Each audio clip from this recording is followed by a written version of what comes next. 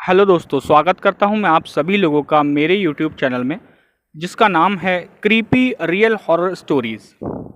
तो दोस्तों, आज की ये जो कहानी है ये जगमोहन जी की है। चलिए कहानी मैं आपको उन्हीं के ही नज़रिए से सुनाता हूं। मेरा नाम जगमोहन है और ये जो घटना मैं आज आप सभी लोगों के साथ शेयर करने जा रहा हूं, ये घटना पिछले साल गर्मियों की है। यही दिनों का टाइम रहा होगा। दरअसल हुआ ये था कि मैं अपने नाना नानी के गया हुआ था। जो मेरे नाना नानी का घर है वो एक गांव में है। जहाँ हम रहते हैं वो एक शहर में रहते हैं, लेकिन कोई इतना बड़ा इतना डेवलप शहर तो नहीं है। आप एक स्मॉल टाउन कह सकते हैं। तो वहाँ पे जो थी नानी के यहाँ पे जब मैं गया था तो 2 दिन बाद कोई शादी का फंक्शन था किसी दूसरे गांव में। तो मेरे नाना नानी मामा मामी जो रहते हैं और उनका बेटा है जिसका नाम है सोनू। तो बाकी सब तो चले गए, मैं और मामा जो है घर पर ही रह गए।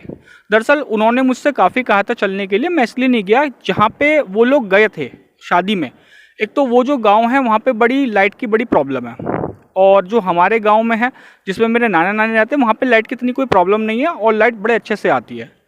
तो मैं इसलिए नहीं गया। मैंने कहा गर्मी का दिन है और बेकार में लाइट नहीं है तो बेकार में परेशान होना पड़ेगा, इसलिए मैं जो है वहाँ नहीं गया। मैं और मेरे मामा जो हैं वो हम दोनों एक रूम में सोए हुए थे। तो रात के लगभग 2 सवा 2 बजे का समय रहा होगा, मेरी आंख खुली और मैंने देखा कि जो मेरे मामा हैं जो चारपाई पे लेटे हुए हैं वो दोनों हाथों से अपना गला दबा रहे थे। जैसे ही मैंने ये नज़ारा देखा मैं बुरी तरीके से कांप गया और उनका दम घुट रहा है, उनको सांस नहीं आ रहा, फिर भी वो अपने दोनों हाथों से जो है बड़ी ताकत के साथ अपना गला दबा रहे हैं। अब मेरी उम्र तो है लगभग 12-13 साल। अब मैंने कोशिश करी उनका हाथ छुड़ाने की, लेकिन मैं उनका हाथ छुड़ा ही नहीं पा रहा था।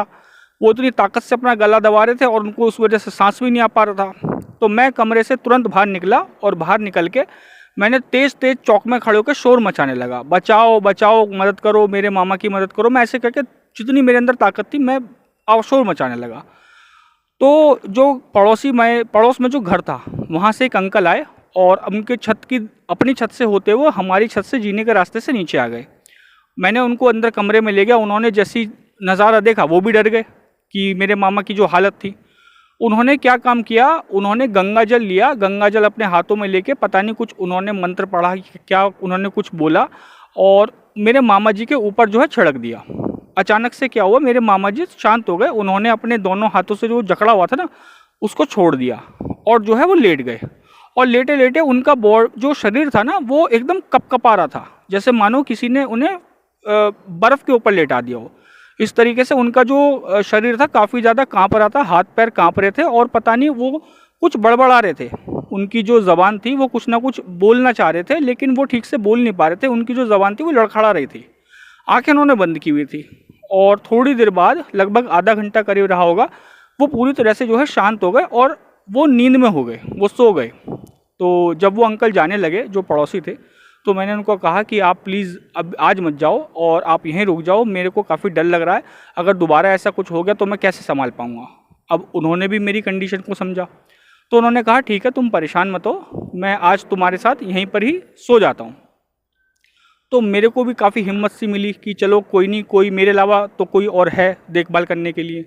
और मैंने क्या काम किया था, जो उनको नंबर दिया मेरे नाना नानी का, और हमने उनको रात को ही फ़ोन कर दिया कि ऐसे ऐसे मामा जी की तबीयत ख़राब हो गई थी और जो सिचुएशन थी हमने उनको बता दी। तो वो लोगों ने क्या काम किया, सुबह 5 बजे जो बस थी वो उससे सीधा यहाँ हमारे गांव में जो है वो आ गए थे। लगभग 7 बजे करीब तक वो लोग सब आ गए थे। अब क्योंकि अब सब लोग आ चुके थे तो मुझे भी थोड़ा टेंशन सी कम थी। मेरी मामी काफ़ी ज़्यादा परेशान हो रही थी, उनका रो रो के बुरा हाल हो रखा था कि अचानक से उनको क्या हो गया। तो हुआ ये सीन, दोबारा जो सीन ये हुआ कि दोपहर को खाना खाने के बाद मेरे मामा जो है चारपाई पे बैठे हुए थे, उसी चारपाई पे जिस चारपाई पे वो पिछली रात को सो रहे थे। और खाना खाने के बाद जब वो बैठे हुए थे अचानक से क्या हुआ, वो गुर्राने लगे। पता नहीं एक बड़ी अजीब सी आवाज़, जैसे दो दो आवाज़ें मिक्स करके आते हैं ना, इस टाइप से जो है आवाज़ आ रही थी। और उन्होंने चादर को जो है चबा रहे थे, चबाते चबाते दांतों से चादर को काट रहे थे।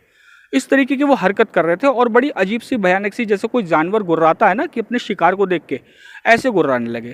तो हमने देख के हमारी भी हालत ख़राब हो गई और गुर्राते गुर्राते कहने लगे कि आज मैं इसको अपने साथ ले जाऊंगी, आज मैं इसे अपने साथ ले जाऊंगी, इसको मैं ज़िंदा नहीं छोड़ूंगी। और हम लोग काफ़ी ज़्यादा परेशान हो गए कि हम पूछने लगे कि मेरे जो नाना थे वो थोड़ा सा निडर किस्म के इंसान हैं। वो कहने लगे कौन है तू और किसको ले जाएगी। कहने लगे कि आज मैं इसको लेके जाऊंगी, मैं काफ़ी दिन से इसके पीछे पड़ी हुई हूँ, लेकिन आज मुझे मौका मिला है। तो ऐसे कह के वो मतलब एक अजीब सी आवाज़ आ रही थी।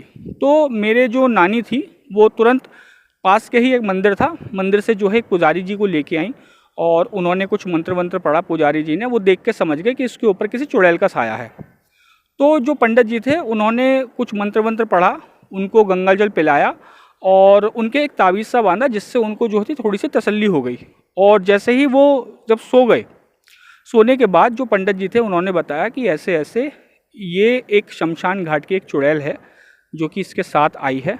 ये आई इस वजह से है कि इसने क्या काम किया है, वहाँ पे जाके इसकी कब्र के पास जाके शराब वराब पी है, जिस वजह से काफ़ी ज़्यादा जो है गुस्से में है।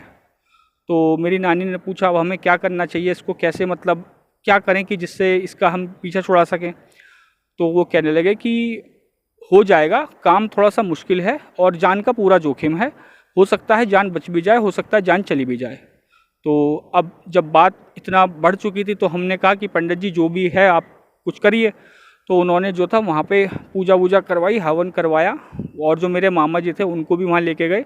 अचानक से क्या हो रहा था, मेरे मामा जी जो है कभी सिर पटकते दीवार में, कभी कुछ करते, इस टाइप की जो हरकतें कर रहे थे और काफ़ी देर तक लगभग 1-1.5 घंटे तक जो है पूजा पाठ चली।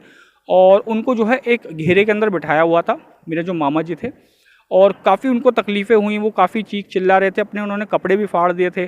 और लगभग 1 घंटा करीब जब हो गया तो फिर वो जो चुड़ैल थी वो उनके शरीर से निकल के जब वो गई तो मेरे मामा जी जो थे वो एकदम बेहोश हो गए। और लगभग ये मानिए वो 2 दिन तक जो है बेहोशी की हालत में रहे, 2 दिन बाद उनको होश आया। तो ये थी कहानी मेरे मामा जी की। उम्मीद करता हूँ कि आपको कहानी पसंद आई होगी। अगर आपको हमारे चैनल पे अपलोड की हुई कहानियाँ पसंद हैं तो आप हमारे चैनल को सब्सक्राइब कीजिएगा, वीडियो को लाइक कीजिएगा, कमेंट कीजिएगा एंड शेयर कीजिएगा। थैंक यू दोस्तों।